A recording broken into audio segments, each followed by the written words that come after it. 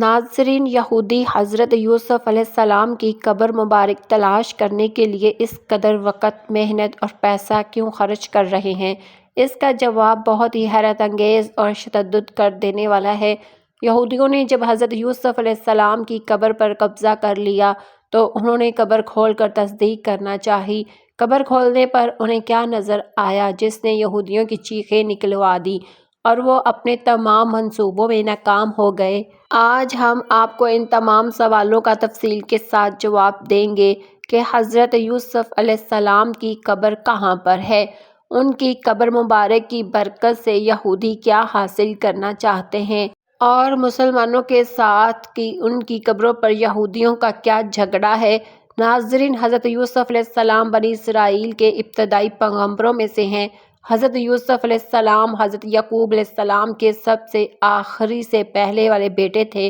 اور حضرت یعقوب علیہ السلام کی آخری بیوی کی اولاد سے تھے۔ حضرت یوسف علیہ السلام کے 10 بھائی سوتیلے ماؤں سے تھے اور ایک ہی بھائی سکا تھا جو ان کی اپنی ماں کے بدن سے پیدا ہوا اور اس کا نام حضرت بنیامین تھا۔ ان کے سب سے بڑے بھائی کا نام یہودا تھا، جس کی وجہ سے آج بھی یہودی قوم کا نام یہودی ہی لیا جاتا ہے۔ حضرت یعقوب علیہ السلام وہ پیغمبر ہیں جن کا لقب اسرائیل تھا اور انہی کی مناسبت سے یہودی بنی اسرائیل بھی کہلاتے ہیں۔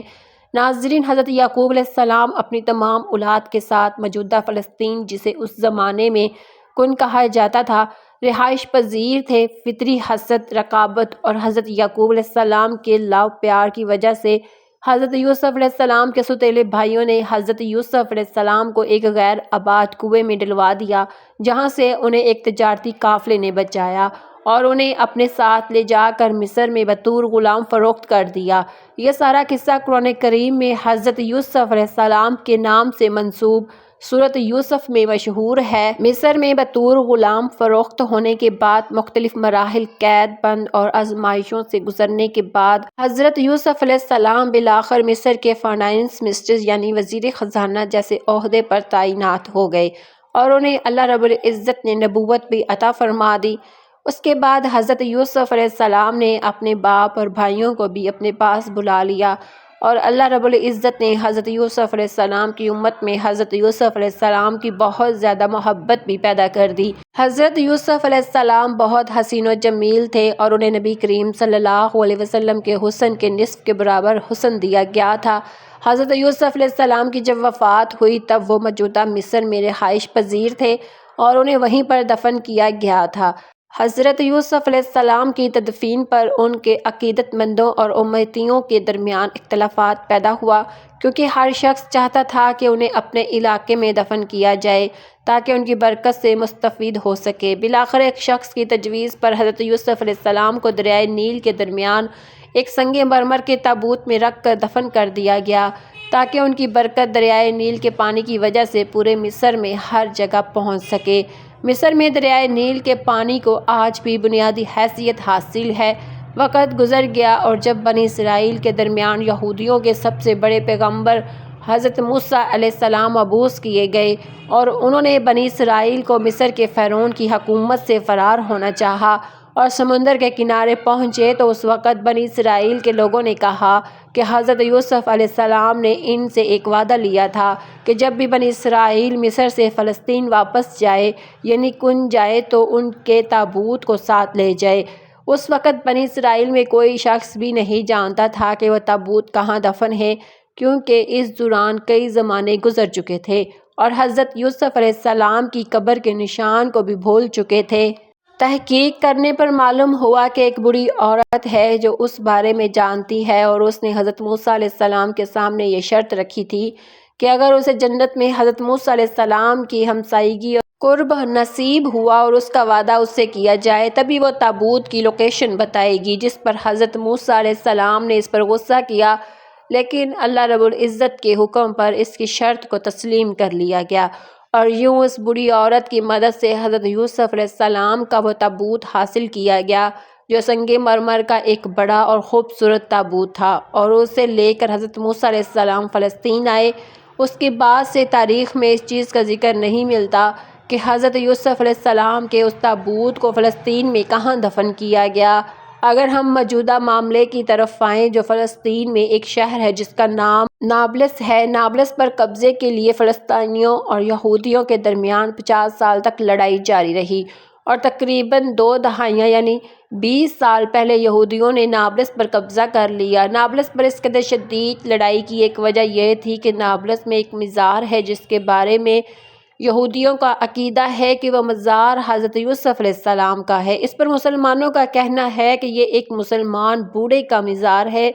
جن کا نام بھی یوسف علیہ السلام کے نام پر یوسف ہی تھا۔ جب یہودیوں نے اس شہر پر قبضہ کر لیا اور وہ مزار یہودیوں کے تصرف میں آ گیا تو انہوں نے اس بات کی تصدیق کرنے کے لیے کہا کیا واقعی حضرت یوسف علیہ السلام کا مزار ہے، اس کی کھدائی کرنا چاہی۔ کھدائی پر انہیں جس قدر حیرت انگیز اور خوفناک حالات کا سامنا کرنا پڑا اس نے یہودیوں کی ہمت پست کر دی۔ ہر بار کھدائی پر ایک انتہائی خوفناک سانپ کسی نامعلوم جگہ سے نکل آتا تھا جسے یہودی پوری کوشش کے باوجود نہیں مار سکے۔ ہار مانتے ہوئے یہودیوں نے اس کام سے ہاتھ کھینچ لیا کیونکہ وہ اس پر 50 سال تک جنگ لڑ رہے تھے،